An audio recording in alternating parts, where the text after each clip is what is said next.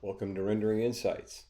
In this video, we're going to do an overview on how to render an old school hot rod, both in Adobe Illustrator and in Photoshop. In this case, it's a Model A Ford, super cool car. All right, if you find this video helpful or insightful in any way, please like and subscribe. This is the drawing that we're going to be doing today. Old school hot rod. Down and dirty, just the way I like them. All right, let's get started. Okay, here we are in Adobe Illustrator. And as all I did was bring in the photograph of the car I like. Getting the right perspective on your illustration is everything. So I kind of scoured the internet to find a photograph of the right angle, the right attitude, and for this car, the right chop and everything that I wanted to have for my drawing. So I just did a basic outline in Illustrator using the pen tool and just outlined all the main components, these Pontiac taillights and just all these little homemade straight pipes for this exhaust, and just kind of did everything that way. The only thing I added was I put in the spokes. This is old school spoke wheels. I did the spokes and the tread on the tires on these on this passenger side tires anyway on a separate layer. Okay, this is what that looks like. The reason I did that is, see the detail on the wheels here? There's so much there. We can put in our color in Photoshop and do our shading, and then drop in our spokes on top of that, and it looks more realistic. And same with the tire tread. We can do the shading on the tire, get our highlights on that surface of the tire, and then put our tread. They're not even a real tread. They're like cheater slicks that I've just put the lines in. I didn't even put in the real tread lines on there. But that just saves us a lot of headaches later trying to work around the shading that we already have. Okay. The only other thing that I did was bring in some pinstriping. Now, I had a Model A Ford like this, and I pinstriped the diddly out of it. So this is what I would do. I drew this in Illustrator, but much like I would if I was striping the car. So I started with the basic center line in the back of the deck lid, and then dropped down another little piece down here. And then I just developed a pinstripe pattern, kind of my style, but you can do anything you want or nothing at all. That gives some people a headache.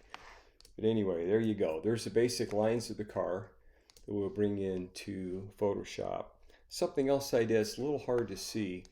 See these lines right here on this little cap, this over this grease cover? I did those in like a real light gray, just because I will actually leave those lines in there when we render it in Photoshop, and I didn't want them to show up as black lines. So you'll see the benefit of that later once we get into the rendering. All right, let's get into Photoshop and see what we can do.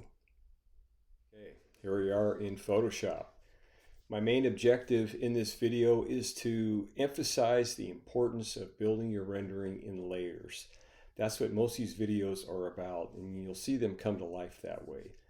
The basic use of the tools, the pen tool, the brush tools, and so forth, those are basic tutorials that are on every other Photoshop video out there, but I'm just really want to focus on the benefit of building your drawing in layers. Okay, here we are. We've brought in our basic line drawing that we did in Adobe Illustrator into Photoshop.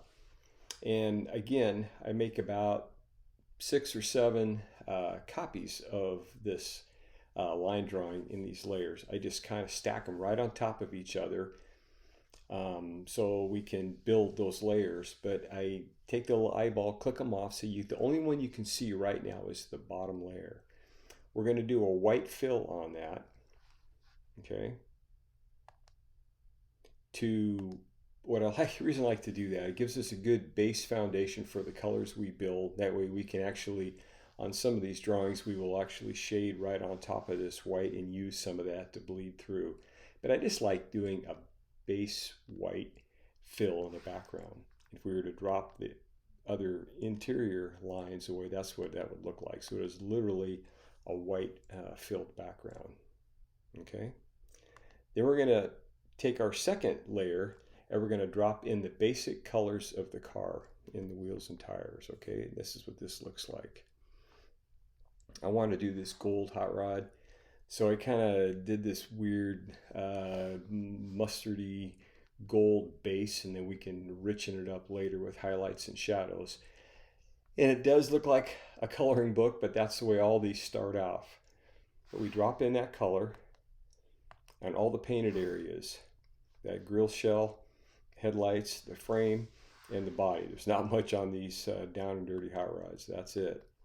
And then the basic tire colors, like say, it's easy to make your tires black, of course, and then put highlights on them. But I think it's a lot easier to render these accurately by putting in a gray tone and then come back and put black in here. It just makes things come alive a little bit. Same with the wheels. These are black steel wheels, but I'm dropping in gray colors to start with.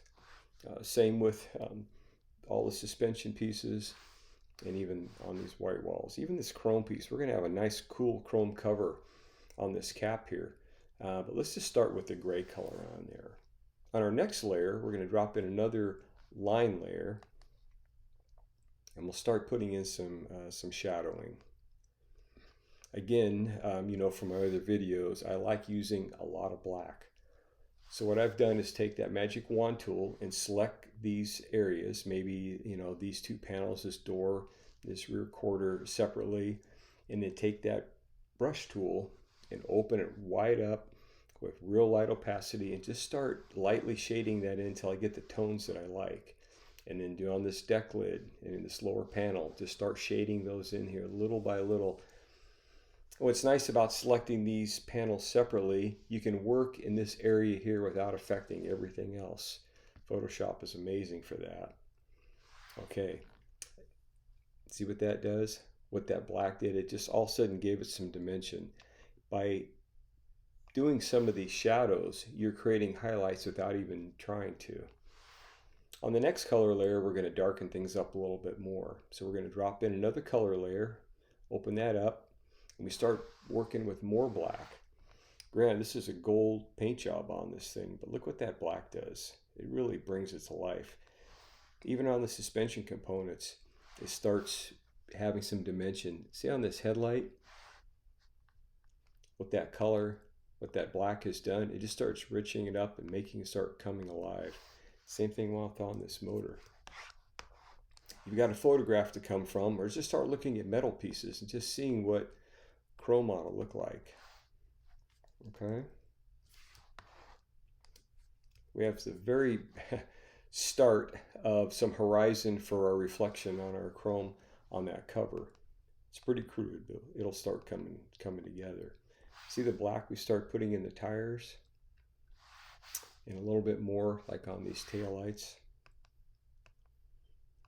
The next layer, it's going to get even better. Okay, here we go. A little more black and a little bit of highlight. See what that does? We've dropped in some more color on these tires. I left some of these panels gray. As long as we graduate this where it looks like a natural lighter part of the tire, it works. It works just fine. Strong highlights across the way over here. But on this panel, this is like number 5 color panel, it really starts coming together. I keep putting more black in here. I just can't resist. Same thing on the windshields, or I'm sorry, on the side glass. Just start dropping in more shadows. See what that does? Just looks more realistic. I'm creating shadows up here. All right. On the next color layer, I think we got 2 more. Doing some more shadows, more shadow work. Look what we've done on this cap on the side over here. Look what that did. Start dropping in the ground reflection and the sky reflection on that previous layer. And it kind of looks like a reflection, okay? Then on the next one, again, we start playing with black and some dark grays and some highlights up on top of this thing, and it starts popping, looking more and more realistic. Look on the back on these taillights. They look pretty good. They look like chrome. We've got some highlights and some horizon line in here, but let's put in a little bit of shadow on that layer. All those little things that just make your drawing look a little more realistic. Even the front cap, it's not going to have as much detail as the one that's back here closer to your eye, but still it's going to come alive. On the last color layer, we start playing with some highlights.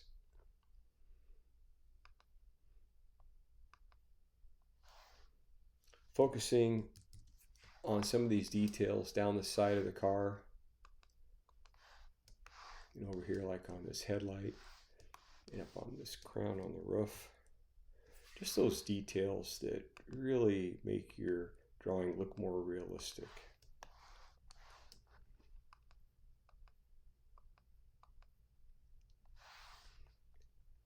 These weren't on the photograph, but I just know these are high points on the body, on these body lines, and there ought to be some highlights there. In my mind there is, so I just put them in.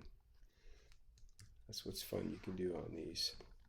Now we talked about these spokes and this tire tread on these passenger side tires. These are so far away, it doesn't matter if they're as tight and detailed. You can get in there and kind of black these out a little bit. But over here, there's so much detail on these wire wheels that it really needs to be done well. Again, these are black wheels. Instead of painting these spokes black and then coming in putting highlights in them, I want to do them gray first, and then I can darken them up and make them look more realistic. Same with the front ones and on that tire. So when I brought in that spoke and tread layers, I copied that layer and made 2 layers. So I did one layer where I made those all gray, and then the second layer I started shading in the black. But by leaving some highlights in here, shading the bottom of each of these spokes, and then making it look like they're stacked, it looks more realistic all the time. Okay. And then see the shadows been able to bring in. With that pencil tool, I just kind of start brushing these in here and then erasing the things I don't like. Just kind of guessing where those shadows ought to be on those spokes crossing those wheel hub. But see what that does? All of a sudden it looks pretty realistic. The only thing left to make the car come to life are some top highlights. So we need to brush in some white stuff on here. So just details to make it brighten up a little bit. So here we go. See these highlights on the wheels, on these caps? Look what that does. You know your shadows are going to be on the bottom and your highlights are going to be on top. So you figure your light source and you know that this part of the cap, there's going to be reflection there. So let's just put a little bit of fire highlight on top of those. Look at those things come to life. You can overdo it and it looks goofy, but a little bit of that goes a long way.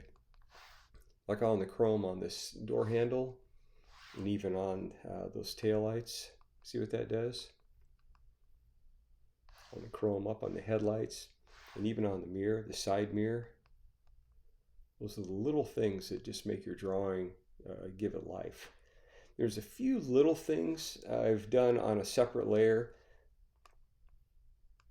These are just to add, like, remember these little rings that I did on these caps that I left those light gray color? After I got them on here, I decided, I go, that shows up too much like light gray on the bottom. That doesn't look very realistic. So I took another layer and got in here real tight, took my brush tool and just kind of painted that out. It's a little rough up close, but it created a little bit of a shadow underneath those ripples on that cap, and it looks pretty realistic. That helps a lot. One of the things I've added was that pinstriping. So I've brought them in on one complete layer. It just gives a little detail on the back of that deck lid, which I think is kind of cool. And then for me, I kind of punched in my nickname on here, Sketch, just like I did on my Model A. And so I like those kind of details. Personalizes it, makes it look realistic. All right, that's the car rendered, but there's something that just doesn't look right about it. It's just kind of floating there. It needs a shadow. So I just started drawing in a shadow the way I think it ought to look like. And erasing and spend some time. This is what the shadow looks like underneath the car. You can kind of estimate with your points, drawing where the shadow ought to go, depending on where your light source is in your mind, whether it's that way on the photograph or if you change it for the rendering that you want to create, you can make the shadow move anywhere you want. But this is where I like it. I think it has a dramatic effect, kind of dragging off the back of the car. Well, that's the car complete, but we desperately need a background. So I did this gradation in the background, so it's a dark, rich kind of bronze color going to white down here, and I think it just gave it a little dramatic effect. And then kind of for a basic drawing, you just need a little bit of a border. The funny part of this border is it's one color. Notice how it looks like it changes color. It looks like it goes from dark to light up here. This is actually one color. That's the benefit of this gradation. What it does, it plays games with your eyes. Let me show you. Here's that background taken away. See that? This is just a kind of a gold bronze looking border, but when we drop in this background, it dramatically changes. All right, well, that's a quick overview of how to build your Model A hot rod in Photoshop using layers. Well, thanks for watching. If you enjoyed this video or found it helpful in any way, please check out our other videos available on Rendering Insights.